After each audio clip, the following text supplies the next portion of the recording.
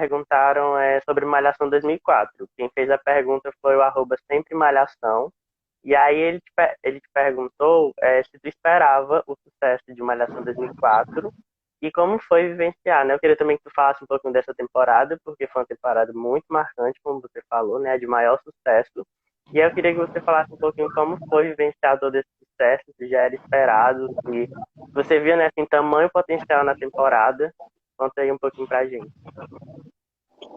Olha, na verdade, quando eu escrevi, eu estava meio que começando a escrever na TV Globo, né? Então eu não tinha muita essa manha.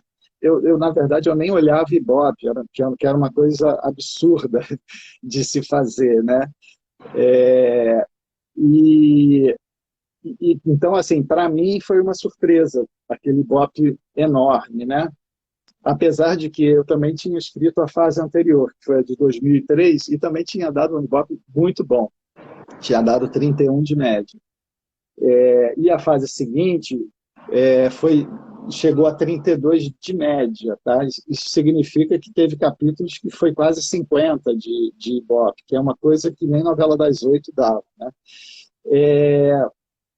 Assim, o que foi interessante, eu realmente eu não esperava. Eu entendi o sucesso ao longo da série, escrevendo, né, ao longo da novela, escrevendo, e foi interessante porque eu fui músico no início da minha vida, né? Foi a primeira vez que a gente usou personagens que eram músicos na trama, né? A Vagabanda era uma banda que existia, né? Existia na ficção, né? Eram personagens, era a Marjorie Stiano, né, que fazia a Natasha, o João Velho, que fazia o Catraca, e o Gustavo, que era feito por um ator, que agora me fugiu o nome dele. Guilherme E o Belli. Gustavo era Guilherme Belli, isso aí. Então era a Natasha, era o Gustavo, a Natasha e o Catraca, que era um trio, né? Era uma banda trio. Foi a primeira vez que se usou personagens músicos em Malhação, né? E assim, jovem, adolescente tem uma ligação muito forte com música, né?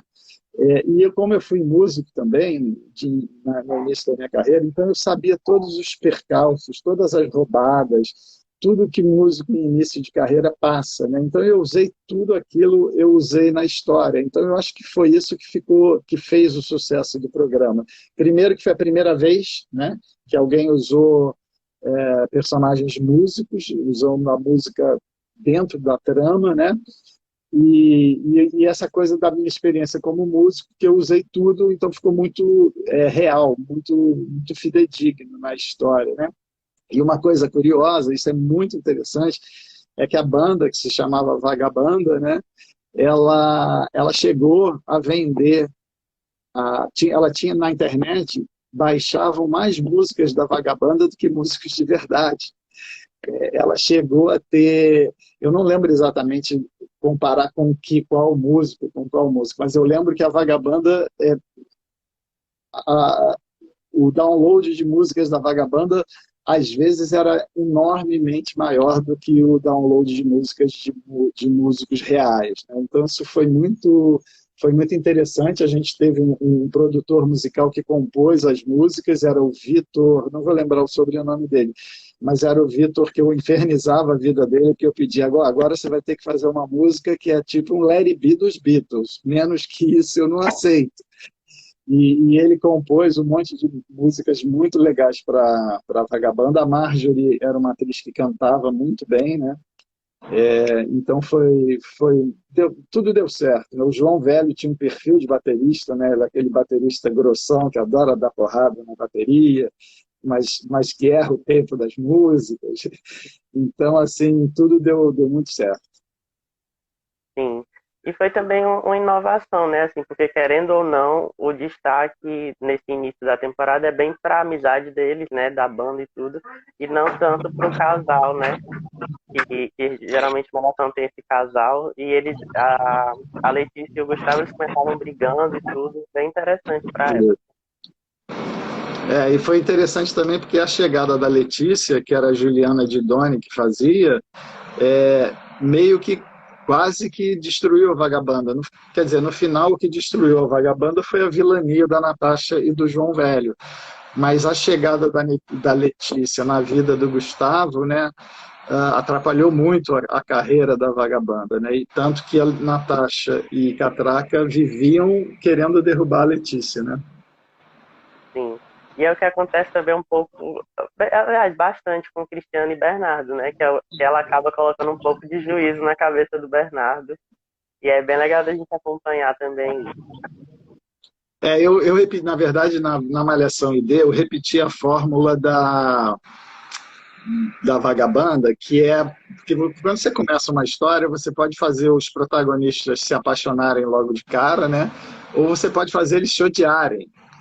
E ao longo da trama, aquele ódio vira amor, né?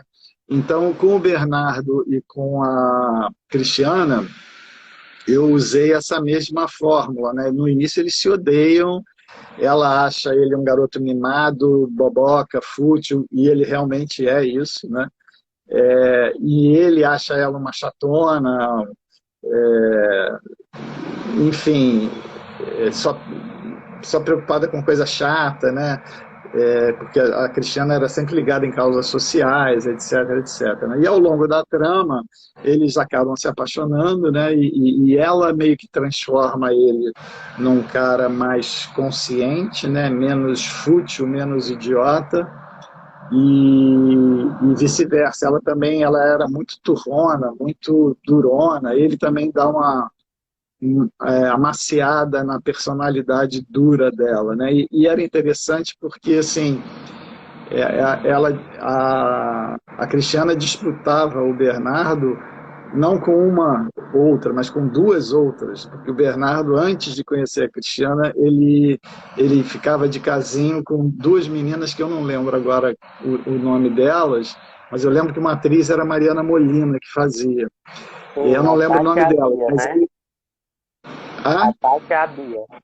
a Tati e a Bia, isso aí. O Bernardo não se decidia entre a Tati e a Bia. Ele pegava uma, pegava outra, ele não conseguia se decidir de qual era que ele gostava. E as duas brigavam entre si, achando que um dia o Bernardo ia ficar definitivamente com uma delas.